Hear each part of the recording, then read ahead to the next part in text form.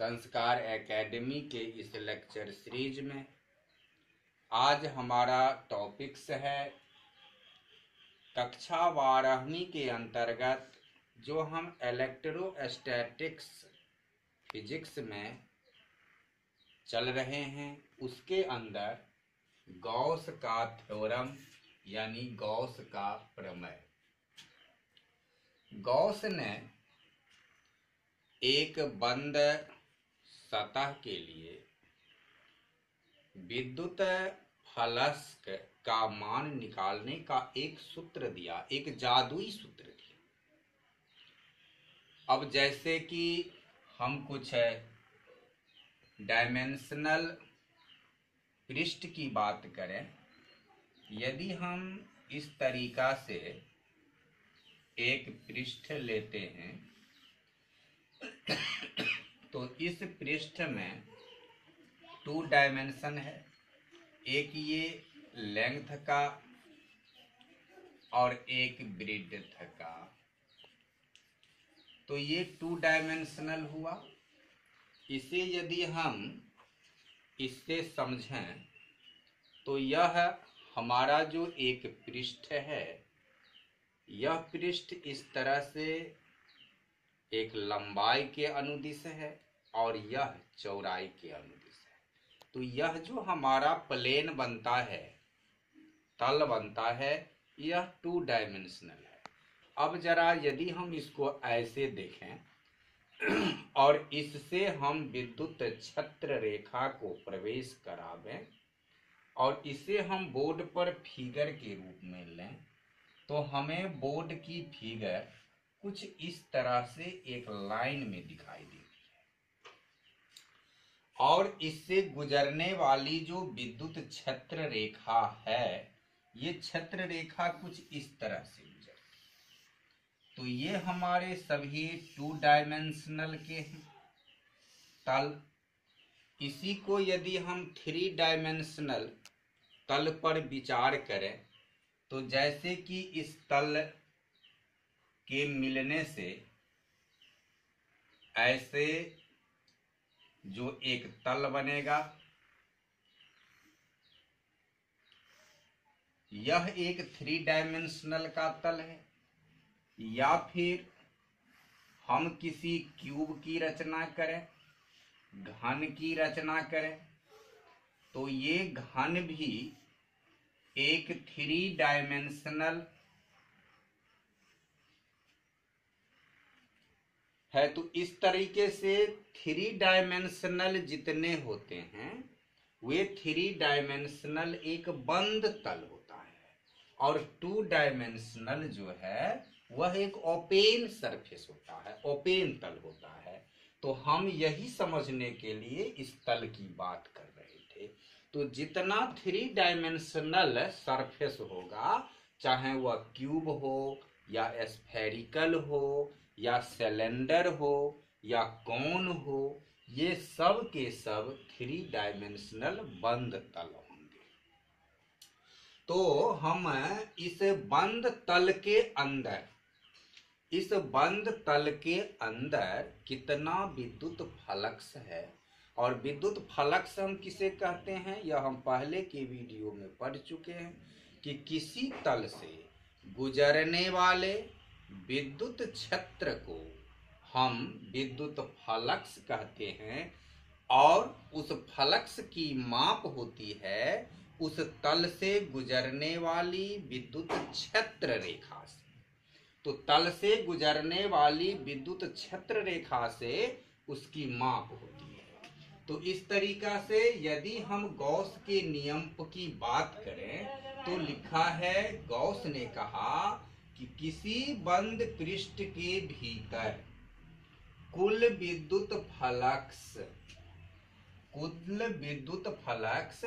पृष्ठ के अंदर के कुल विद्युत आवेश का 1/ε0 गुना होता है,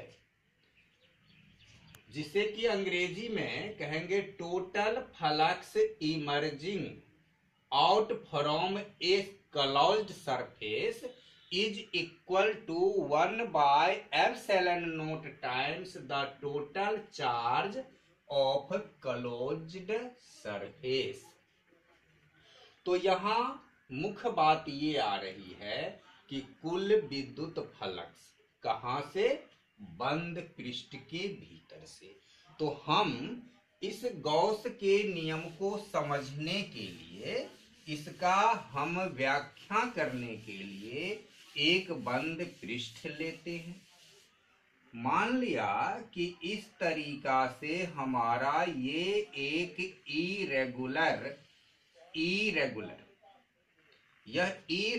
एक बंद सरफेस है S, और इस सरफेस के अंदर यहाँ एक बिंदु O है जिस पर प्लस Q चार्ज है। अब इस प्लस Q चार्ज से कितनी क्षत्र रेखाएं गुजर रही है इस तल के अंदर, वह इस तल का विद्युत फ्लक्स होगा। अब इस फ्लक्स को हम एवेल्यूएट करने के लिए, चूंकि ये तल इरेगुलर है और नियमित है, तो हमें एक अल्पांश सरफेस की परिकल्पना करनी होगी। और हम मान लेते हैं कि यहाँ ये हमारा एक सरफेस है DA, और इस तल से इस सरफेस के बिंदु P होते हुए इस तरीका से क्षत्र रेखा गुजर रही है। तो ये हमारे क्षत्र रेखा E है। अब ये क्षत्र रेखा E हो गया। यहाँ पर प्लस Q आवेश है बिंदु P जो इस DA के अंदर है। अब हम याद करें कि विद्युत फ्लक्स का सूत्र क्या होता है, हम इसकी परिकल्पना करें, और गॉस का नियम जो कहता है हम उसकी बात करें। तो विद्युत फ्लक्स का सूत्र इससे पहले जो हम देखे थे वह देखे हैं कि विद्युत फ्लक्स फाई इजकल टू होता है E cos थीटा। तो यह E cos थीटा जो विद्युत फ्लक्स का सूत्र होता है, तो इसका अर्थ ये होगा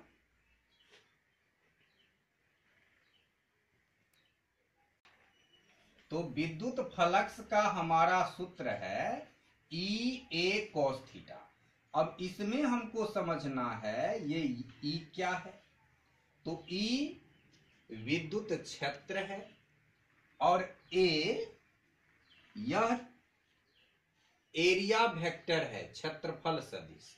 तो हमने E को जान लिया कि किसी तल से गुजरने वाले जो कुल विद्युत क्षेत्र रेखा है यह E हुआ विद्युत क्षेत्र।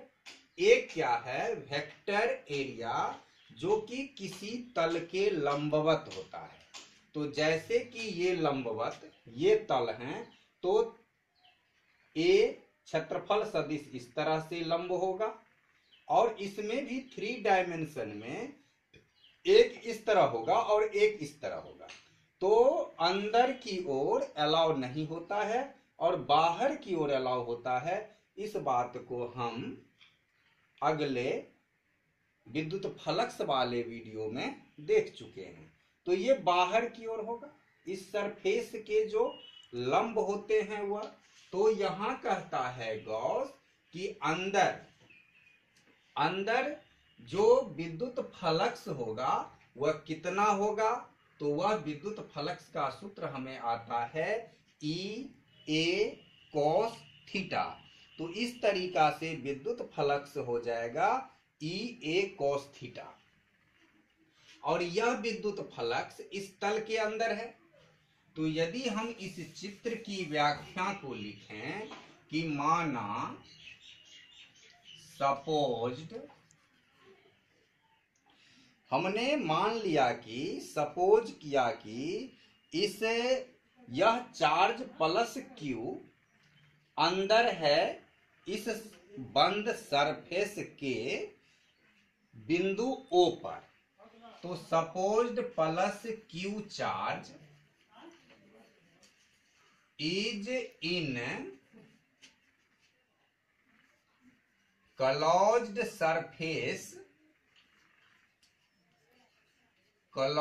Surface S at a point O। तो अब इस सरफेस के अंदर कुल कितना चार्ज है, तो प्लस Q। अभी हम यहाँ एक चार्ज एक बिंदु पर लिए, तो यह क्या होगा कि यह प्लस Q चार्ज है, तो विद्युत फ्लक्स कितना होगा, तो विद्युत फ्लक्स जैसा कि हम जानते हैं कि ये हमारे विद्युत क्षेत्र हैं और ये हमारे dA क्षेत्रफल सदिश हैं, तो यहां हो गया कि इसीलिए टोटल, या ऐसे कहें कि चूंकि यह क्षेत्र dA एक एलिमेंट्री सरफेस है, अल्पांश क्षेत्रफल है, अल्पांश क्षेत्र है, तो हमारा जो यहाँ जो आएगा विद्युत फ्लक्स वे भी अल्प विद्युत फ्लक्स डी फाई आएगा, और यह डी फाई होगा E D A cos theta. तो ये डी फाई इजकल टू हुआ E D A cos theta, और E D A cos theta जो है इसे जैसा कि हम जानते हैं कि ए बी कॉस थीटा को हम लिख सकते हैं ये vector A dot product vector B, तो हम इसे लिख सकते हैं कि ये अल्पांश flux D phi equal to vector E dot cross vector D A. तो हमें ये कुल आया। अब यदि इसके अंदर हम कुल फ्लक्स की बात करें, टोटल फ्लक्स की बात करें, तो टोटल फ्लक्स निकलने के लिए इस अल्पांश surface D A, elementary surface D A के रूप में बहुत सारे अल्पांश इस इरेगुलर सरफेस में हमें मिलेंगे।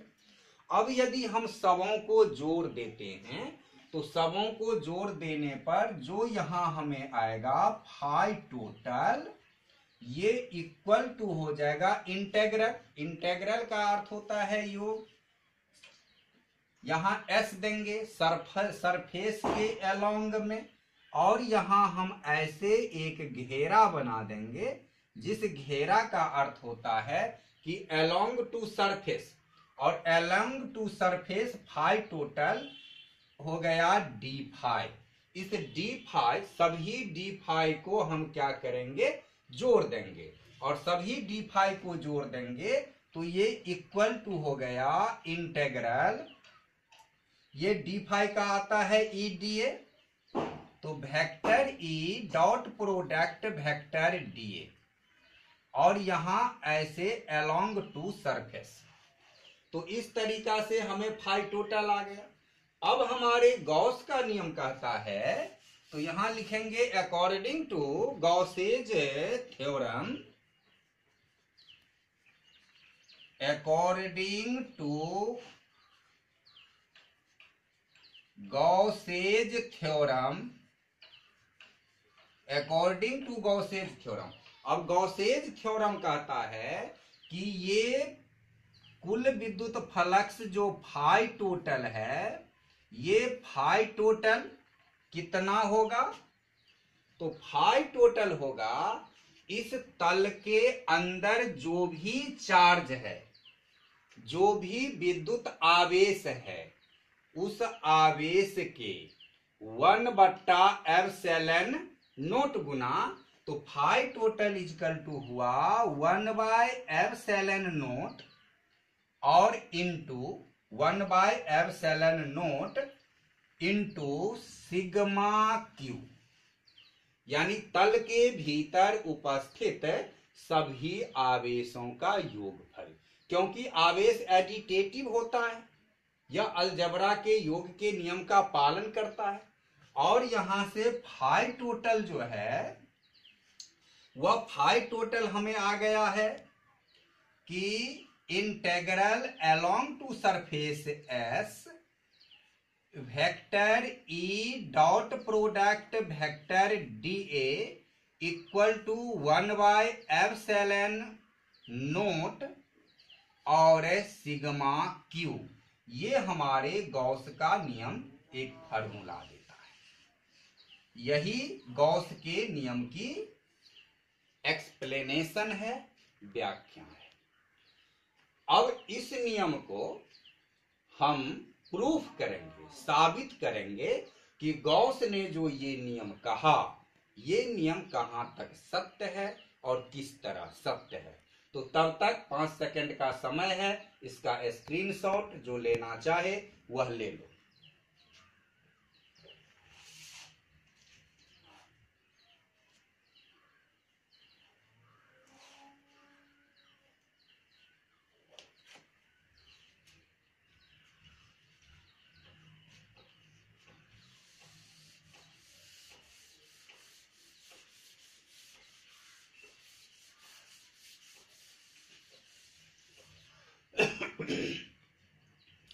अब हम देखते हैं कि इस गॉस के थ्योरम का प्रूफ क्या है। हम यहां प्रूफ को शुरू करेंगे। तो प्रूफ जो शुरू करेंगे तो हमने देख लिया है कि यहां कुल विद्युत फ्लक्स में ई होता है, और ई क्या है? इंटेंसिटी ऑफ इलेक्ट्रिक फील्ड है, विद्युत क्षेत्र की तीव्रता है। तो यहां हुआ कि चूंकि इंटेंसिटी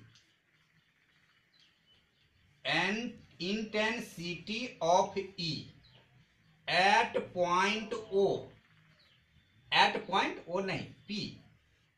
पॉइंट पी, ये intensity of E at point P E equal to, जैसा कि हम पहले विद्युत क्षेत्र की तीव्रता निकाल चुके हैं, और उसका जो सूत्र होता है K into Q by R square. तो हम ये सूत्र देख चुके हैं, इसको हम एक करें। अब इस सूत्र को हमने एक के रूप में लिया। अब हमें क्या करना है कि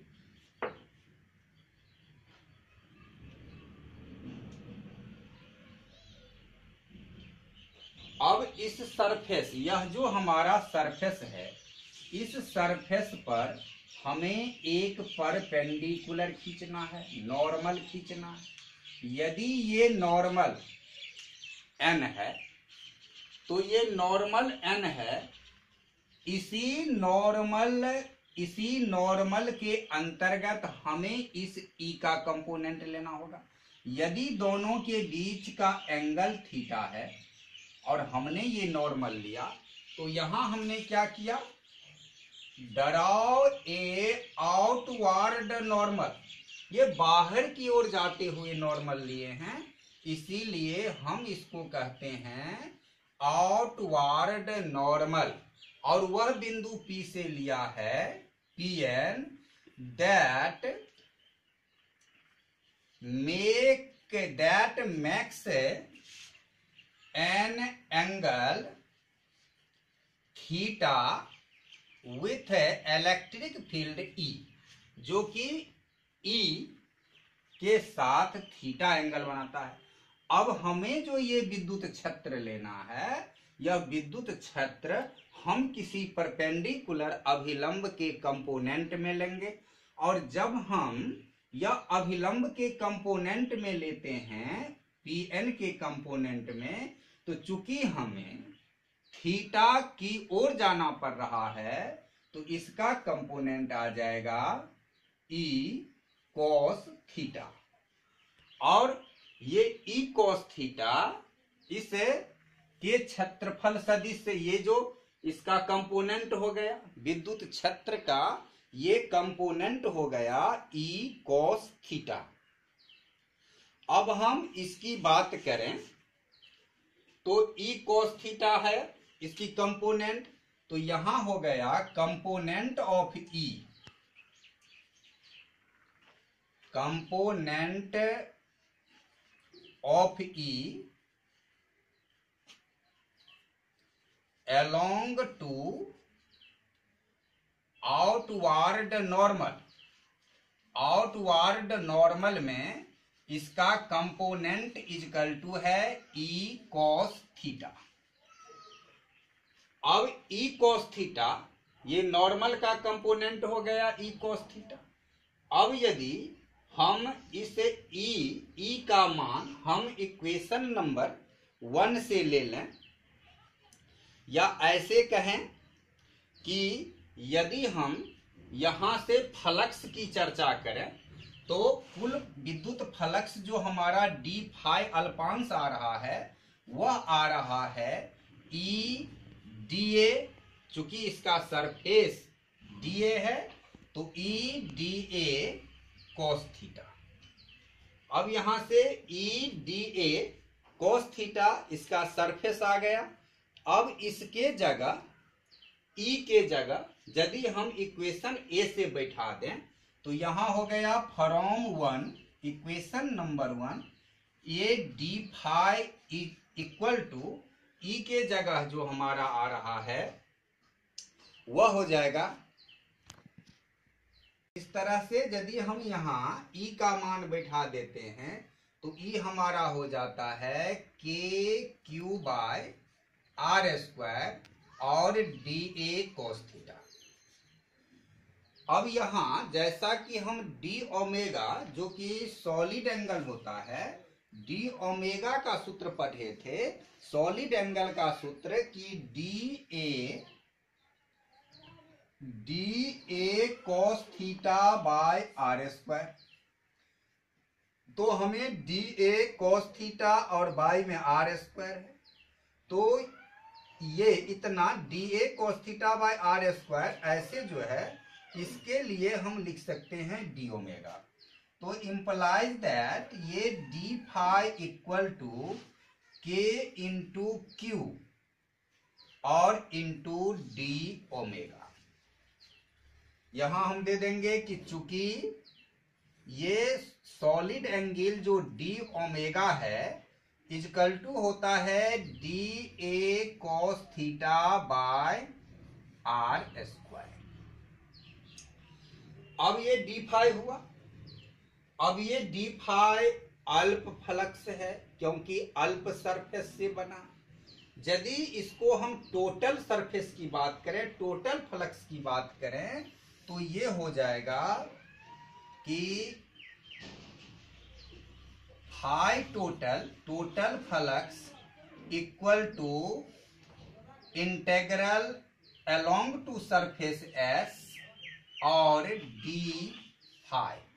अब डी फाई है के क्यू डी ओमेगा, तो इम्प्लाइज दैट ये phi total equal to integral along surface S और डी फाई का वैल्यू आता है के क्यू डी ओमेगा। अब यहां क्यू कांस्टेंट है, ये आवेश भी कांस्टेंट है इस सीमा के अंदर, तो यहां हमारा हो जाता है ये phi total equal to integral along surface S, यहां के क्यू बाहर आ जाता है और डी ओमेगा। अब डी ओमेगा का इंटेग्रल क्या है, हमने एक सरफेस यहां लिया, ऐसे ही एक यहां बहुत सारे सरफेस होंगे और बहुत सारे सरफेस होंगे, तो हमने सॉलिड एंगल वाले वीडियो के अंत में देखा है कि किसी बंद तल के अंदर जो कुल विद्युत फ्लक्स का योग होता है, सॉलिड कोण का योग होता है, ठोस कोण का, वह 4 पाई होता है। तो यह 4 पाई डी ओमेगा का वैल्यू हो जाएगा 4 पाई। तो इस तरह से ये फाई टोटल जो आ रहा है equal to K into Q और इंटू 4 पाई। अब ये 4 पाई स्टेरेडियन, क्योंकि बंद सतह के अंदर कुल ठोस कोण होते हैं, इसका योग हो गया, टोटल डी ओमेगा का योग हो गया। अब एसआई यूनिट में K equal to SI unit में K equal to 1/4 pi epsilon naught होता है। अब यदि इस वैल्यू को हम यहां पुट कर दें तो ये फाई टोटल इक्वल टू हुआ 1/4 pi epsilon not into Q into 4 पाई। अब देखो 4 पाई और 4 पाई तो कैंसिल हो रहा है, तो ये जो फाई टोटल आ रहा है हमारा, ये फाई टोटल आ रहा है 1/एप्सिलॉन नॉट इंटू क्यू। तो अब चूंकि इस तल के अंदर एक ही आवेश क्यू है तो एक आवेश का योग आया 1/एप्सिलॉन नॉट। यही तो हमारे गॉस का नियम कह रहा था कि टोटल विद्युत फ्लक्स जो होगा वह आवेश के 1/एप्सिलॉन नॉट के बराबर होगा। तो इस तरह से हमारे गॉस के नियम सत्यापित हुआ।